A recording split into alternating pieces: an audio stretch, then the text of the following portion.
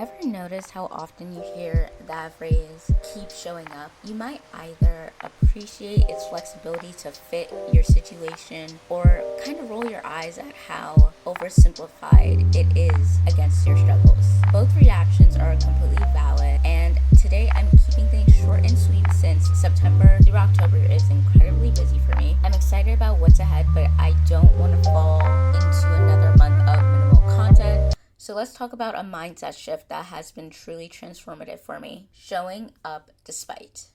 Before I get into this episode, I should probably introduce myself.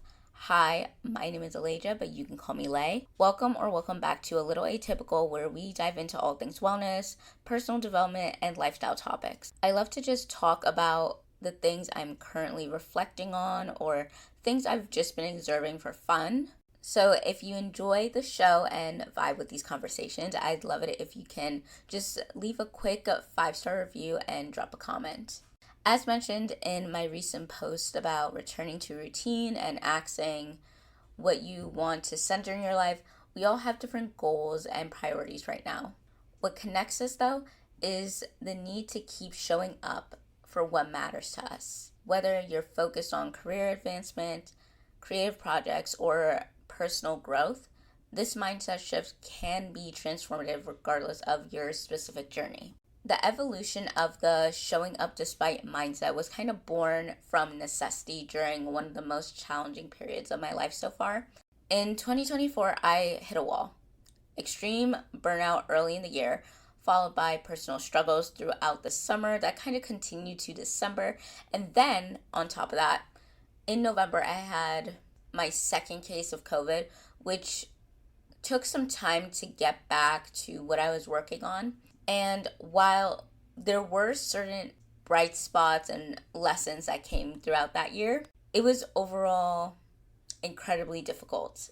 And during those months, I tried various coping strategies from therapy, journaling, allowing myself to fully experience the emotions rather than suppressing them with logic. In the past, I used to do that, but that only led to reactionary outbursts later. So a win for me to get better at that. And also using creative expression as a processing tool. All these things helped, but the single most powerful shift came from changing my fundamental approach to the difficult days. It started as a promise to myself, I will keep showing up no matter what. And that gradually transformed into kind of like a philosophy, Initially, showing up just meant surviving. And over time, it evolved into something more nuanced and sustainable. I realized that the concept wasn't about forcing myself to maintain the same level of productivity or enthusiasm every day. Instead, it was just about honoring my commitments to myself in whatever capacity I could manage that day. Sometimes that meant giving 100%, but often it meant showing up at 30% or even 10%. And recognizing that partial presence was infinitely more valuable than complete absence. Recognizing showing up despite isn't about perfection, it's about persistence. Let me share some real world examples of what this can look like across different areas of life. For your morning routine, showing up despite might mean that on some days, do your complete, full, ideal morning, meditation, journaling, movement, and having breakfast. But on other days when you're exhausted or pressed for time, it might just be drinking water, taking a few deep breaths before going out the door. And both count as showing up. With creative projects, it could mean that you spend hours in deep creative flow, producing work you're proud of. Other days, it might be just opening your document or canvas and staring at it for 5 minutes and then closing it again. Because in those 5 minutes, you're still processing what you've done. You're reflecting on it. You're still engaging with it. What matters is in those 5 minutes, you kept the connection alive to your work. For relationships, showing up despite might mean having deep, meaningful conversations with loved ones when you have the emotional bandwidth. On harder days, it might simply be sending a quick text to check in or sitting quietly in the same room without much interaction. Both are forms of presence. with learning new skills. Some days you might have the focus to spend hours practicing and making visible progress. Other days it might just be watching a short video or reading a few pages on the instructional material. Each small action builds your relationship with that skill. I found what matters most isn't the intensity or the duration of showing up, but the consistency of connection. There will always be days when things feel hard and excuses pile up. That's exactly why we need to show up despite these challenges. This mindset isn't about being harsh with yourself.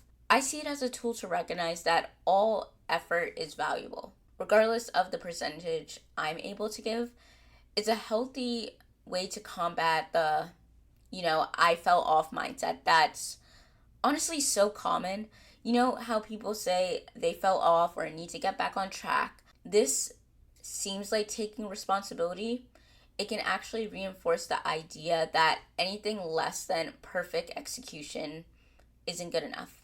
And over time, this can lead to feeling like there's no point of trying because you quote unquote always fall off, and see these efforts as failures. When you embrace showing up despite, you shift from an all or nothing mindset thinking approach to something more compassionate. It becomes, I'm gonna show up despite not being able to go all out because I know it still pushes me forward. And I'm going to show up despite having to take things slower because there's no shame in building up to better. This perspective, especially with mental health challenges, on difficult days, I acknowledge my feelings while still taking small steps. The key is redefining what showing up means based on what's realistic and sustainable each day. Remember that your path is more like a river, The important thing is moving with the current instead of fighting against it or giving up when the conditions aren't perfect. So when you can't give 100%, remember that even 10% keeps the momentum going. These small, imperfect actions accumulate in surprising ways. Showing up despite isn't just about reaching goals faster, it's about building a more compassionate relationship with yourself along the way. So that is all for today in terms of the pep talk, and I'm gonna close off doing a bit of an update / accountability session, what I'm grateful for, and a card pull. For the update, I feel like this is important for me to include because since a lot of people are trying their best, to readjust and kind of transition into the season. I spoke about what I'm personally doing and my approach, which is using 5 categories, and how I divided them was self-nurture, responsibility, energy management, tracking, mood management, and those are what I'm personally focusing on. The easiest category for me so far was the self-nurture routine, but I still need to work on refreshing my environment daily and not letting things get overwhelming. Responsibilities has also been kind of a natural thing for me, and also tracking. I've been making improvements with mood management activities, but the area I want to improve most in is energy management. And in addition to that, I also saw a TikTok, literally, I think it was September 1st when I saw it. But this girl did this structure so people can feel inspired for the fall season. I'll try to add it in the description box because how she did it was really cute. Last week, she called it like Labor Day week, autumn prep, and this upcoming week, or it will be this week when you hear this, is from summer to fall. And how she broke these things down was having a to-do list, activities, movies and media, prep for the future, then recipes and food. So I am most likely following her to-do list because I like her ideas and maybe her activities list. But for the last 3, this is what I did last week. So since I'm not a movie person and I prefer TV shows, September 1st, I started my Gilmore Girls rewatch.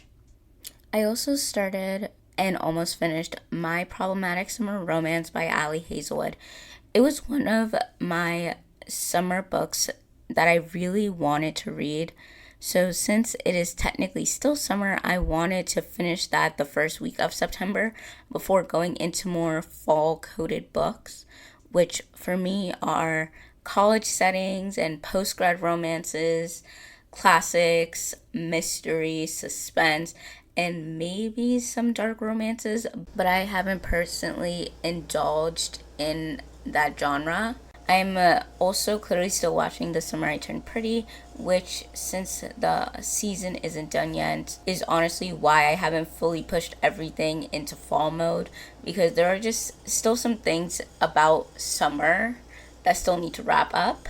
And in terms of prep for the future, it's mostly been very career focused. But in terms of personal things, I finally went back on Instagram and actually posted more this week.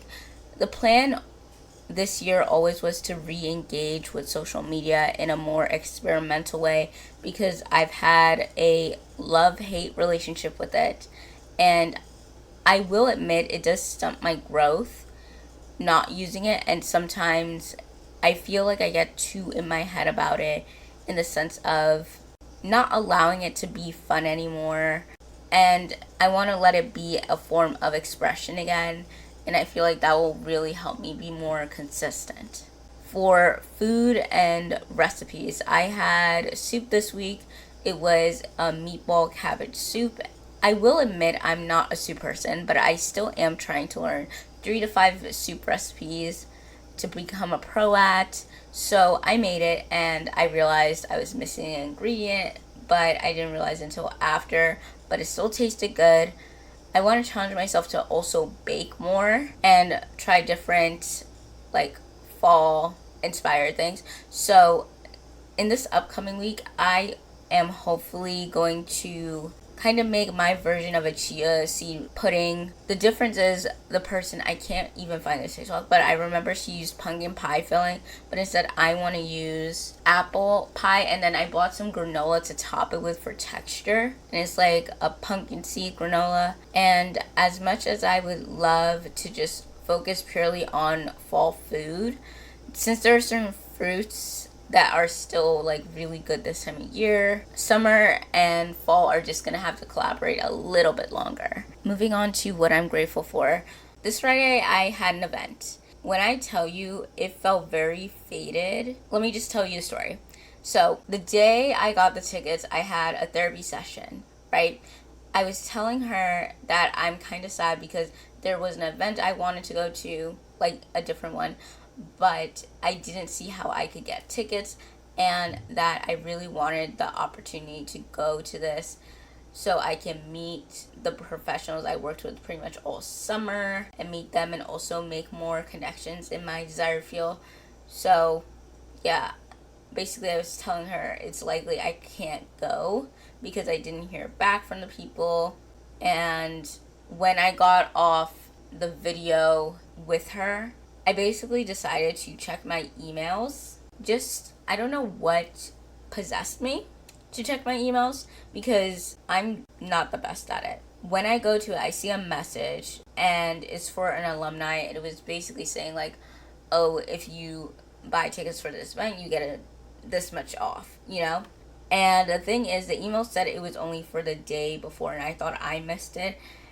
And the reason why that matters is because I'm in a time where I'm really trying to be very financially responsible. I ended up just being like, oh, I still should try to go because I kind of saw it as a way to invest in my future. Even though it was a bit out of budget, I was like, I'm still going to try to go. I tried the code anyway, and since it still worked, I took it as a sign that I was definitely meant to go out that day. So, debriefing. Friday, September 5th comes. The morning is extremely chaotic for me, but on the way there, I ran into an old friend. We used to be close at some point, but we kind of lost touch because she was 2 years younger than me. So we just ended up just talking the entire train ride until she had to get off at her stop.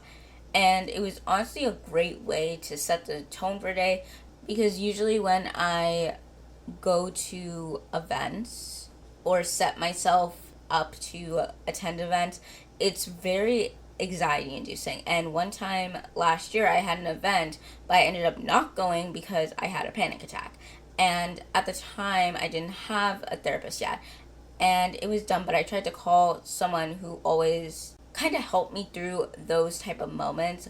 But our dynamic changed, and it was dumb to try to call them, I guess.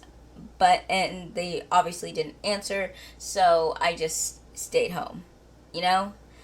And even like saying this now and talking about the message of the episode and just showing up despite, I feel like one of the reasons why it became so important to me is because of moments like that. And I did end up going because it was a 2-day event too, so I did show up. I just didn't show up the way completely I wanted to.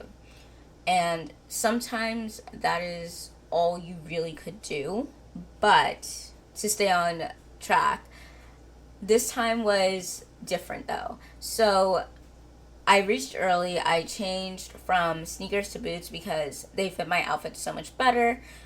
I was still early going in, and this woman was there before me, and then the people working the event told us both to come back. So I ended up complimenting her outfit because she was wearing like this Barbie pink jacket, but the style was like in a more tweed style, and wearing like a black skirt that was kind of similar to the one I was kind of looking at to choose to wear, but it was just a bit shorter in length.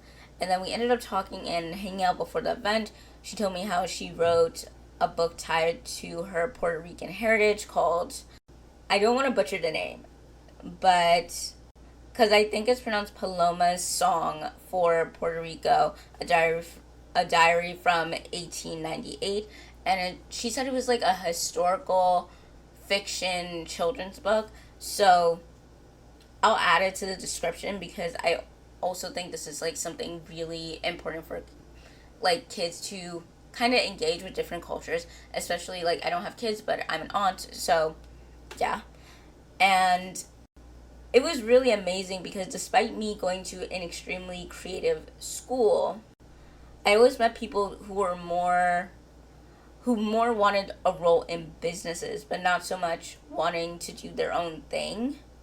And especially finding another person who really enjoys writing and seeing how she's like really disciplined with it. She just had such a go-getter energy, and once we were in the event and we kind of stuck by, we met another person because she was taking pictures before us, and then she asked me to take pictures, which I was so honored by because I am that person who tries to get like multiple angles and be extra that way. But yeah, so she is a person who works in mental health, but also is an actress and also creates content about lifestyle and her faith and, all these different things. And she was very inspiring in her own way as well. So I basically stayed with both of them the whole event until I left early because my social battery was just done. And yeah, they did have dinner and like drinks at the event, I think, but that wasn't until 5, and I could not even make it through the whole other hour. But either way, I was still very grateful to have that experience, like, even though I was so physically out of it.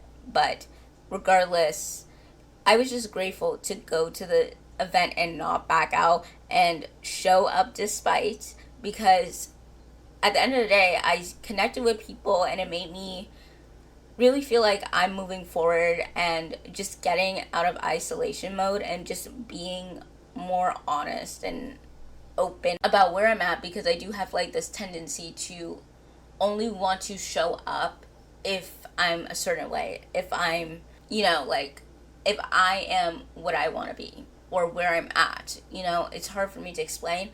So I just think it was very good for me and still challenged me in the best way possible. So we can now jump to our card pull, and I'm using the Moonology deck today because the day I'm recording is the full moon in the sign of Pisces. So remember, if you would like to end off here because this isn't your thing for faith reasons or other personal reasons, but still enjoy listening to my content, thank you for listening, and I hope you come back again next week. And now for the ones who do look forward to this part, the card I pulled for the collective is New Moon in Leo. Confidence is your key to success. This card heralds the start of a new cycle for you, when you're going to look and feel more gorgeous, more in the spotlight, more like you have something worth showing off. If you want someone's attention, this card says it's coming. However, this may not happen all by itself. You have to be willing to do your bit. That means being proud of who you are and what you have to offer. Think of yourself as the king or queen of the jungle and carry yourself accordingly. This card is also a good omen if you're asking about a creative project you're working on. Alternatively, it can herald good news or a new start for your children. Attuned to the moon. Make time to have fun. Additional meanings for this card. It's time for you to show the world what you got. Shine your light. Have some pride. Spoil yourself. You've earned it. You've turned someone's head. The teaching. Leo is the sign of the big and brave-hearted lion, of pride and showmanship and flirting. The energy around the new moon in Leo, and therefore around this card, whenever you pick it, is hot and generous. The energy loves itself, and so should you. If you've been too much of a wallflower, this new moon card and the Leo new moon comes as a reminder that you need to be proud of who you are. So this card's message about confidence being the key to success kind of perfectly aligns with the theme of showing up despite, just as we discussed the importance of maintaining momentum through imperfect action. This Leo energy encourages us to step into our power with pride, even when we don't feel 100% ready. The reminder to shine your light serves as a beautiful confirmation that this mindset shift we've been exploring truly can transform our experience. That is all for today. I know I had a bit of vocal fry, and honestly, recording this episode was a little imperfect because my headphones died, and I don't necessarily know how I will sound once this is done, but if it's not perfect, I still want to put it out. And with that being said, thank you for tuning into today's episode of A Little Atypical. If you found this helpful, don't forget to subscribe and share with someone who might need to hear this message. Remember, view the description box where you can find important links such as the one to my website where there's even more bonus content. So until next time, have a good day, evening, or night, and stay authentically atypical. Okay, bye!